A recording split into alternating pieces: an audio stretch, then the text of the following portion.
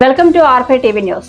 తిరుపతి జిల్లా శ్రీకాళహస్తి దేవస్థానానికి Savita Vashishtha, supreme court chief justice ధర్మపత్ని సుచితా మిశ్రా, సుప్రీంకోర్టు జడ్జి ధర్మపత్ని వారు ఈ రోజు శ్రీకాళహస్తీశ్వర స్వామి వారి దర్శనానికి విచ్చేసి ఉన్నారు.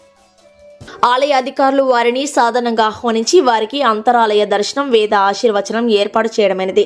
సదరు కార్యక్రమంలో ఆలయ AEO Vidyasagar Reddy, protocol AEO Mohan, ఆలయ ఇన్స్పెక్టర్ వెంకటస్వామి, ఏపీఆర్ఓ రవి, స్థానిక court protocol judge Srinivasa Nayak, జడ్జీలు బేబీరాణి, కృష్ణప్రియ, కోర్టు పర్యవేక్షకులు రవి పాల్గొన్నారు.